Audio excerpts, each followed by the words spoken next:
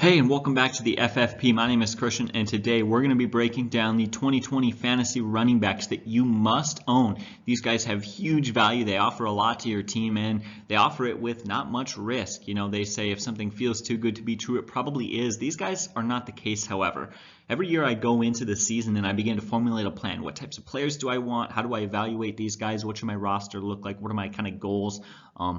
Maybe that sounds like I'm trying too hard, but whatever. Anyways, and these guys are definitely on my list as far as I'd love to have at least one, probably two, and I get kind of selfish sometimes. I like to have three stud running backs that I can really rely upon. I think you need at least one. I love to have two, and sometimes you get lucky and you get three. But anyways, these are the guys that they're studs. They're going to get you a lot of value. They're going to help carry you to a championship, and there's really not a whole lot of risk involved. In fantasy, you're going to have to take some risks. You're going to have to draft some sleepers and go after some boom or bust sort of players, but you can't afford to do that with your entire team. You know, if you've got a 14, 15-man roster and you're taking 15 shots on sleepers and taking risks, I'll tell you what, you're gonna miss on a few of those shots, and you're probably not going to win a championship. You can't afford to make huge mistakes. These guys are great because they're not risks. You're not going to bust on these guys when they're on the field. They're producing, they're performing, and that's why I love them. But we're going to get into each one of these guys individually and talk about why I love them. Of course, I'd love to hear from you guys. Who are your must-own running backs? As well as keep a lookout. We're going to be doing our Dynasty Quarterback Rankings video really soon once Rob catches up, and he'll be joining me for that. And then the next video I'll be doing is our wide receivers that you must own. So leave some suggestions for that video as I'm beginning to do some research for that. But let's just get into it.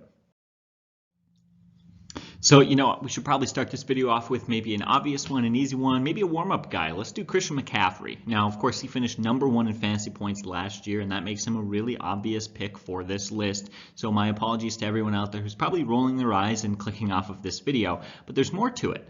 I definitely think that there's more to it. Trust me on this. If you've never watched our videos before here at the FFP, we are not about wasting your time, and I'm really not about wasting my time.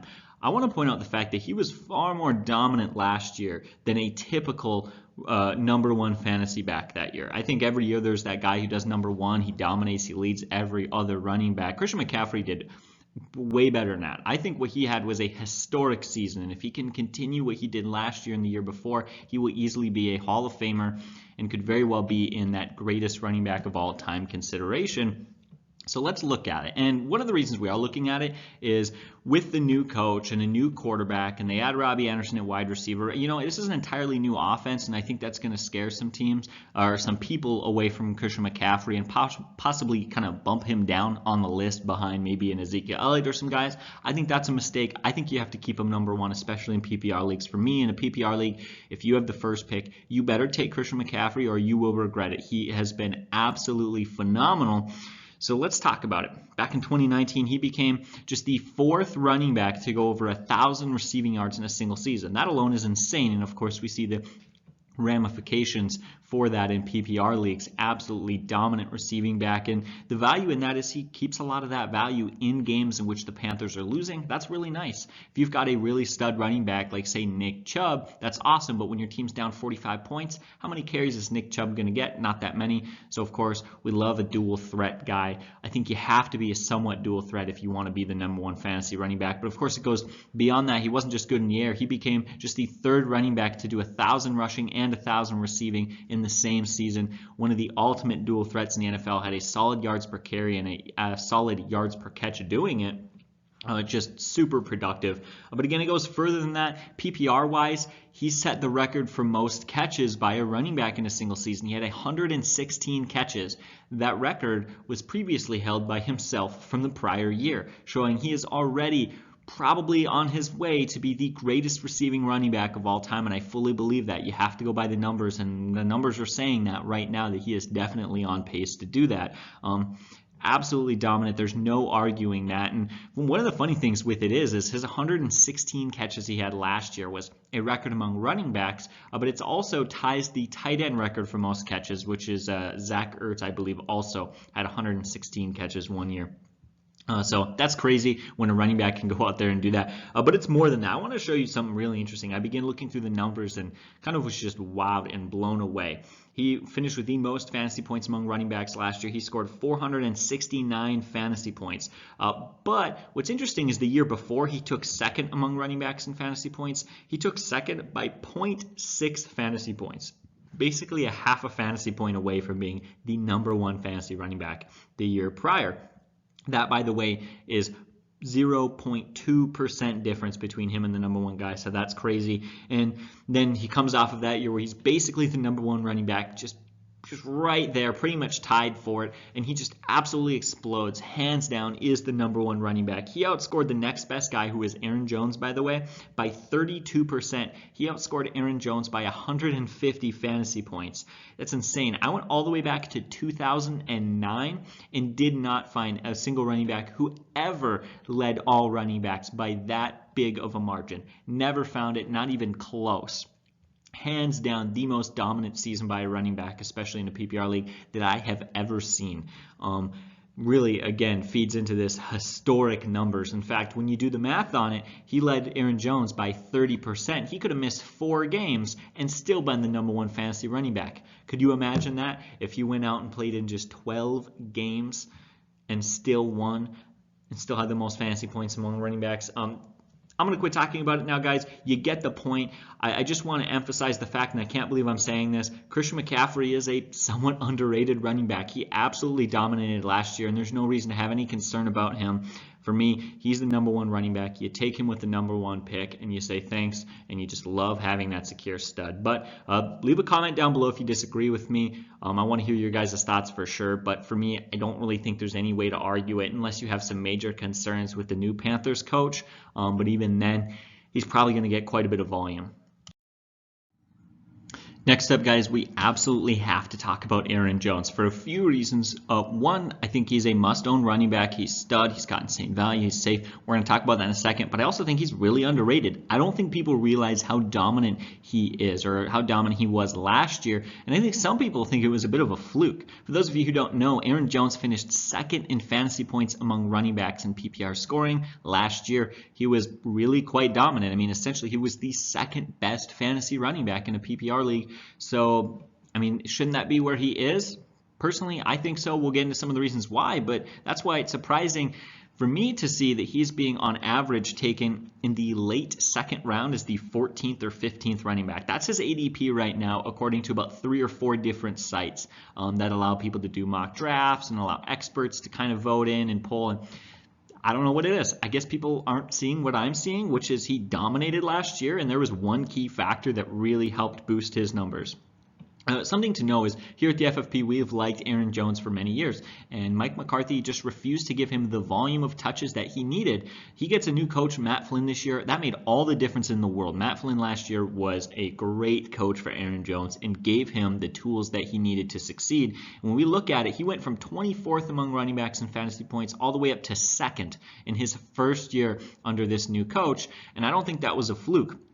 In 2019, he had 235 carries and 67 targets. That's a total of 302 touches. Well, in 2018, he just had 165 touches, meaning his new coach gave him almost double the touches. That right there is going to be a huge factor playing into the amount of fantasy points that he's going to get. Volume is key. For me, volume has got to be 30-40% of the equation to really evaluating a guy's fantasy value. It wasn't just volume, it was quality volume.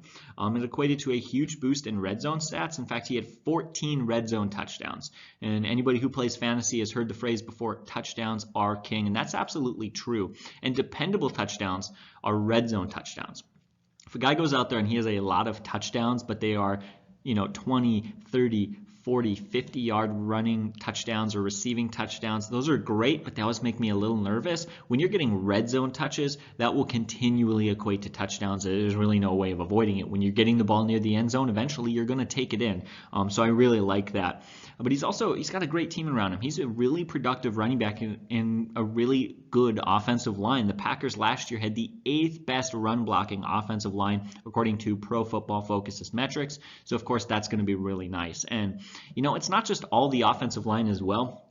I was really surprised to see that 819 of his 1,196 rushing yards came after the contact. That means 68%, way over half of his rushing yards, came as earned yards. Physical, tough, aggressive, powerful running where he's just going to head up, hit you, and continue to move. And I really like that. That shows that he, is not relying on that offensive line to kind of stat boost him, essentially, that he is earning those yards. And that's a great combination. When you're getting quality red zone touches, a lot of touches, you're an effective runner with a good offensive line and a coach that likes you, that's a perfect scenario. That's a perfect situation. And for me, there's really nothing to dislike here.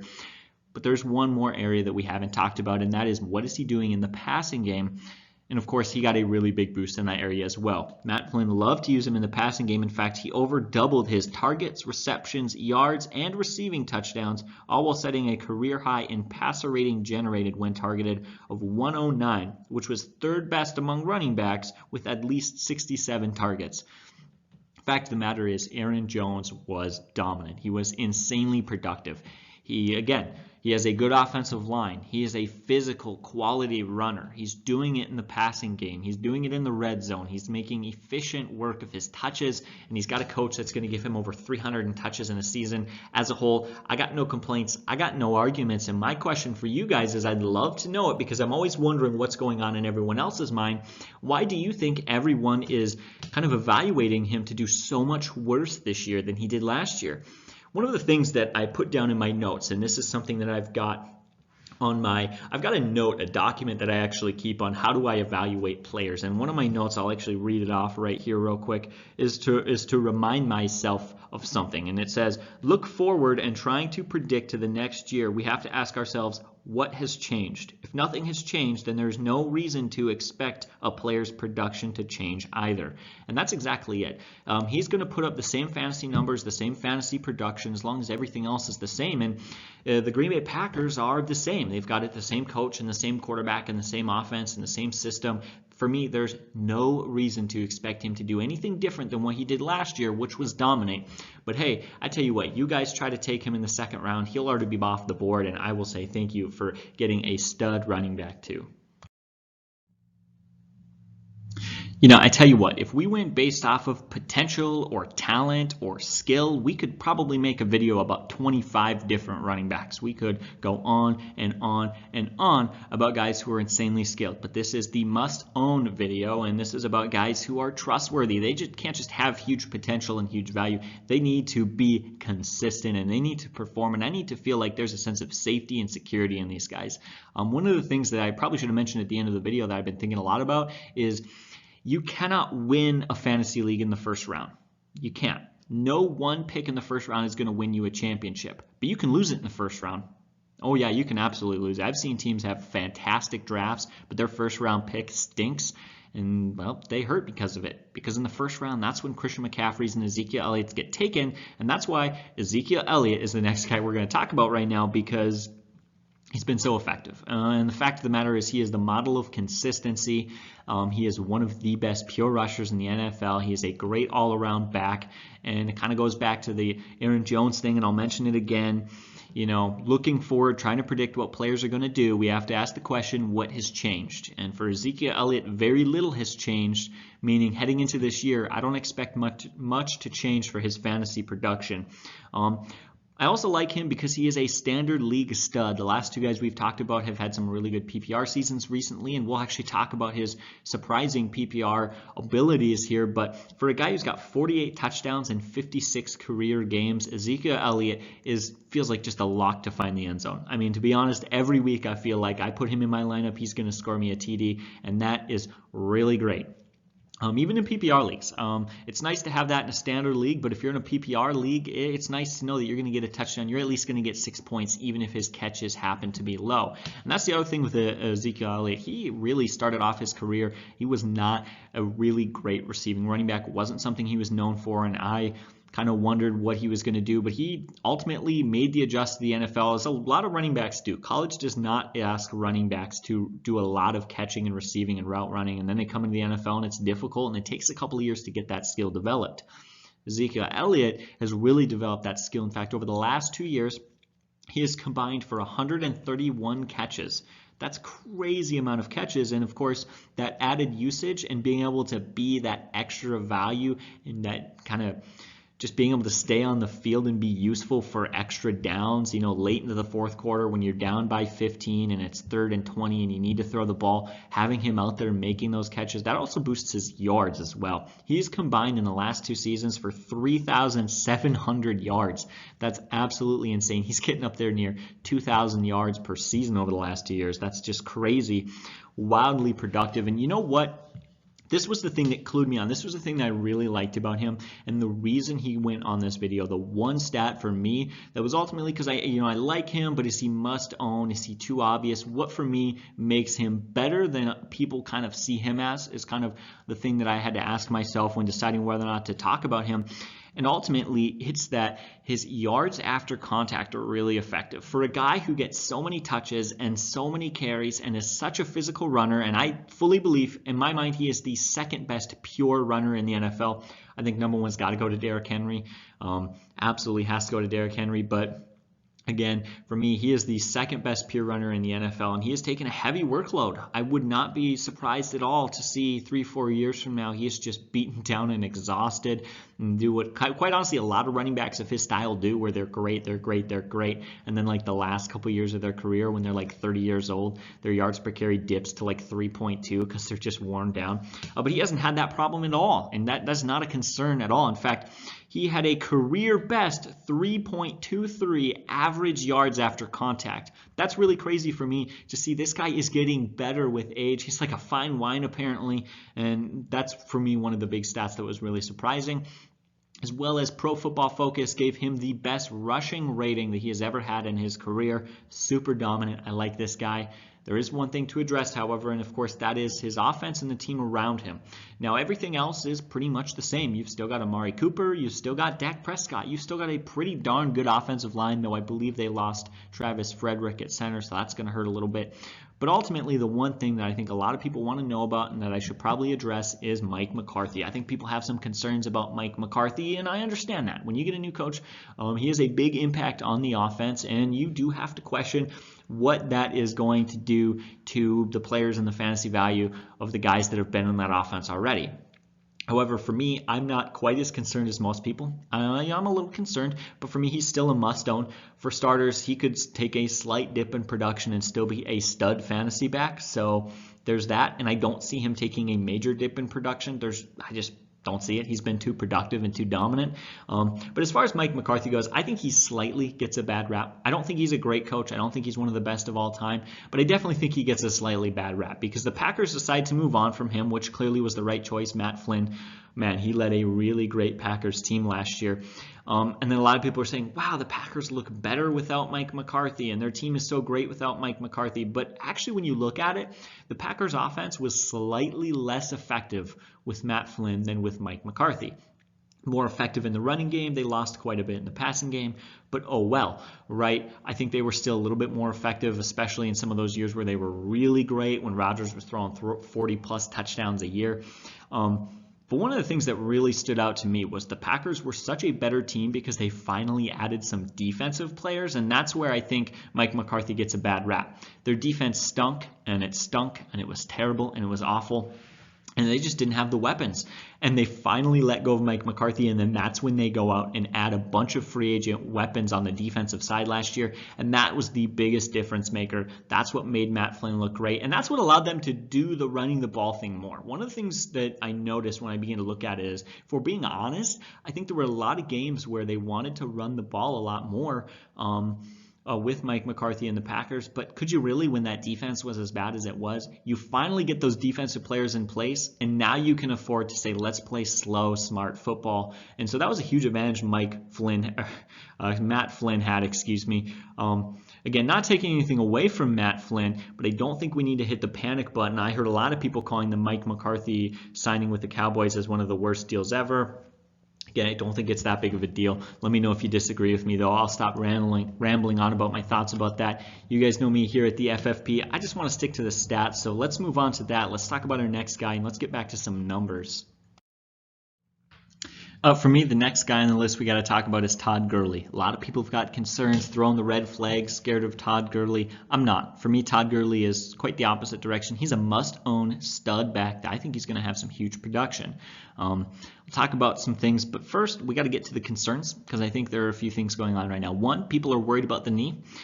Two, I think people are worried about the low yards per carry last season. He averages 3.8 yards per carry last year, and those two things really scare some people. The first thing that I want to address, and I've heard this from person after person after person after person, and it gets kind of irritating because it just begin to wonder, is anybody even paying attention when they watch football? But that is his knee. It's his knee. He's not playing as well because his knee. I haven't seen that. I'm going to be quite honest with you. I've watched him play. He looks and runs very similar to the way he did before he got hurt, if not the exact same. I don't think his knee is a problem. We never heard a single report from the Rams that that was an issue, that they were struggling with it and it was limiting him and hurting him and blah, blah. We didn't hear any of that. And I tell you right now, we've heard a lot of things from a lot of teams we would know. I fully believe that we would know. In fact, we even hear from players all the time coming out after the season. They want to make excuses for their performance, and they'll say, well, I wasn't recovered from my injury. I'll be better next year. If it was the knee, I guarantee you Todd Gurley would be telling the world that he was still recovering because that would be a pretty darn good excuse for his yards per carry.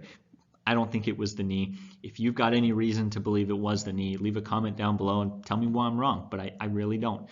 So let's get to the yards per carry.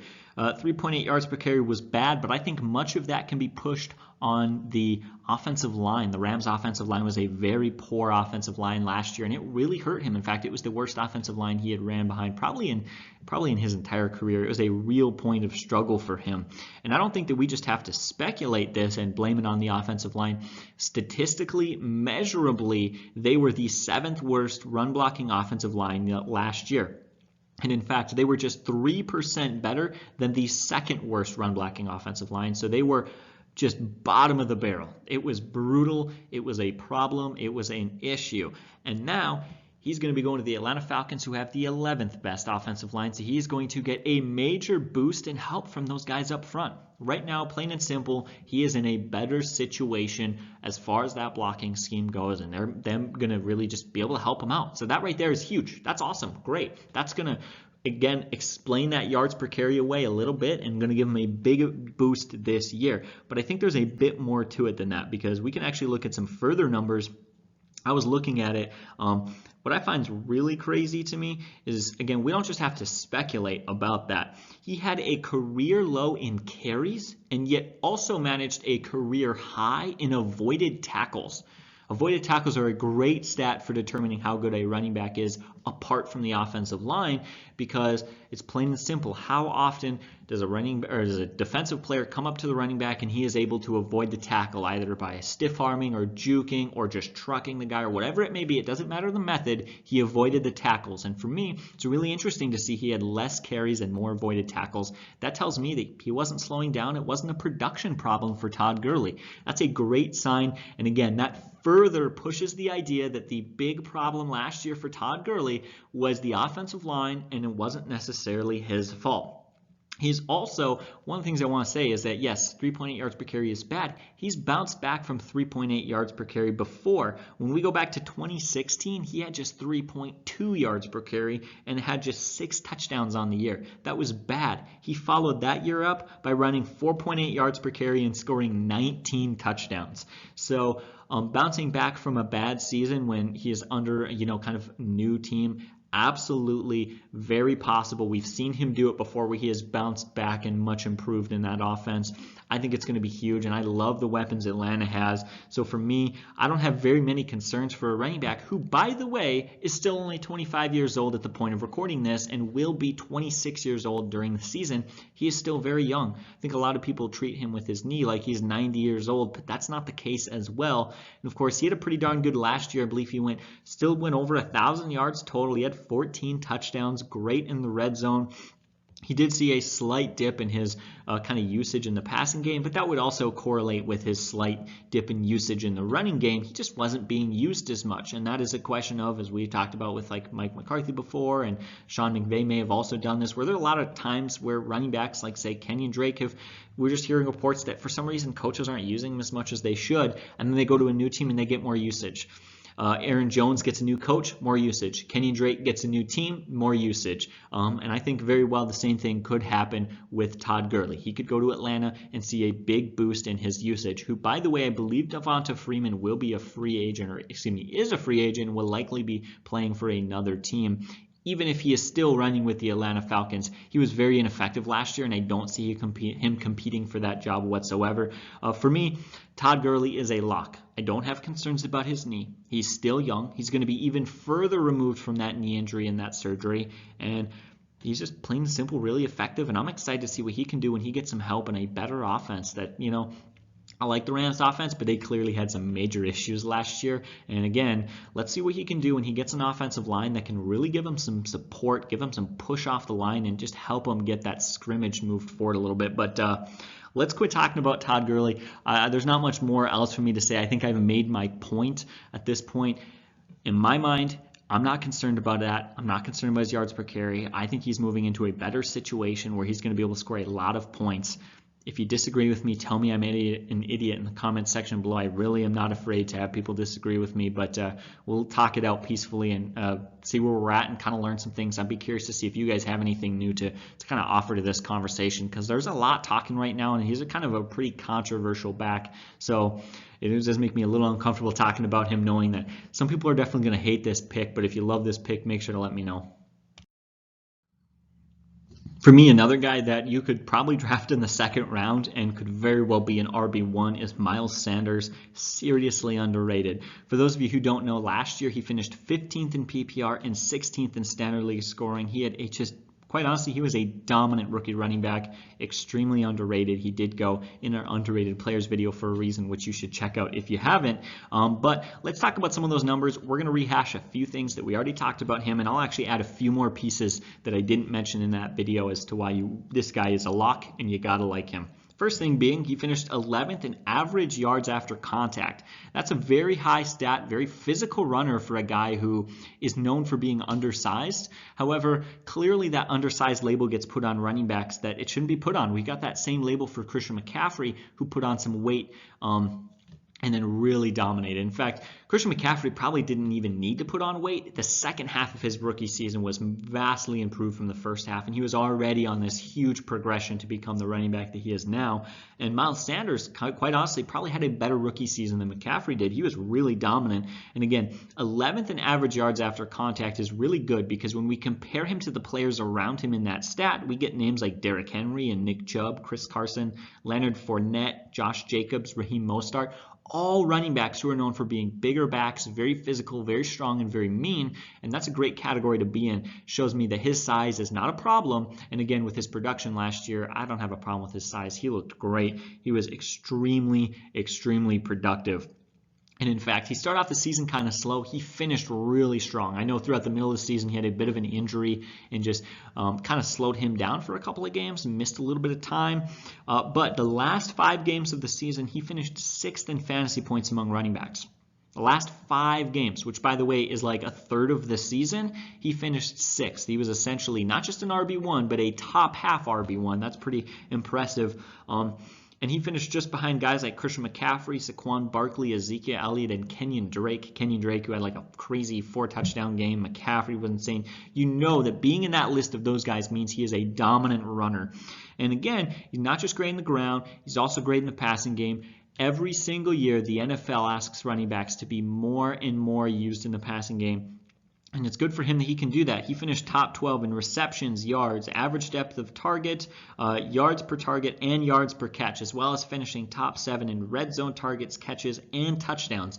And again, as I mentioned earlier with some of our other players, red zone usage is efficient usage. And when you can finish top 7 in some of those stats as far as being used in the red zone, that's going to be really important towards getting those touchdowns, because again, touchdowns are king. Sorry for beating a dead horse and saying the same thing over and over again, but you get the point. That's very, very valuable. The thing that I wanted to add, because we mentioned basically all of that in our underrated players video, the thing that really stood out to me that just was kind of the icing on the cake was that I think the running game is a staple for the Eagles offense, for the Eagles team as a whole. I think they're going to run the ball a lot this year, and it's kind of who they are. The Eagles led the NFL in run blocking rating with a rating of 88.4 by Pro Football Focus. So PFF rated them as the #1 run blocking offense in the NFL. That's going to be a pretty darn big boost to your running back, right? I mean, that alone is huge. But what I really like about it is that Carson Wentz had the second most play action passing yards out of every quarterback in the NFL. Over 1,000 of his passing yards came on play action passes. And what does that mean? That means they need to run the ball and run it effectively to get their passing game going. That will absolutely 100% tell us, so we can know for certain that heading into 2020, they're going to do what they did last year, and they're going to lean on their young stud running back, not just in the running game, but in the passing game. He is going to be a key part of that offense. And I'm going to say it right now, I think people think I'm crazy, but I think he will probably sneak his way into being an RB1 this season. And so yes, he does deserve to be on this list. In my book, he is a must-own running back. All right, guys, that is FFP's 5 must-own running backs heading into the 2020 season. I love these guys. They're going to be crazy productive. They have been crazy productive, and they're safe picks. They're going to add a lot to your team, blah, blah, blah. You get the point. Thank you guys so much for watching. We appreciate your support. If you did like this video and you're not subscribed, consider hitting subscribe, as you'll get notified every time that we post a video, and there are going to be a lot more videos like this coming up soon, as well as it helps support the channel, helps motivate me. The more subscribers we have, the more motivated I am to post videos more frequently. So if you did like this content, any support that you give me is really going to help me to produce more videos to help you guys out with your fantasy leagues. Hopefully this video was really informative. Hopefully you guys learned a lot. If you didn't, make sure to tell me to do a better job in the comment section down below. But thank you so much for supporting us here at the FFB. You guys have a great day, and God bless.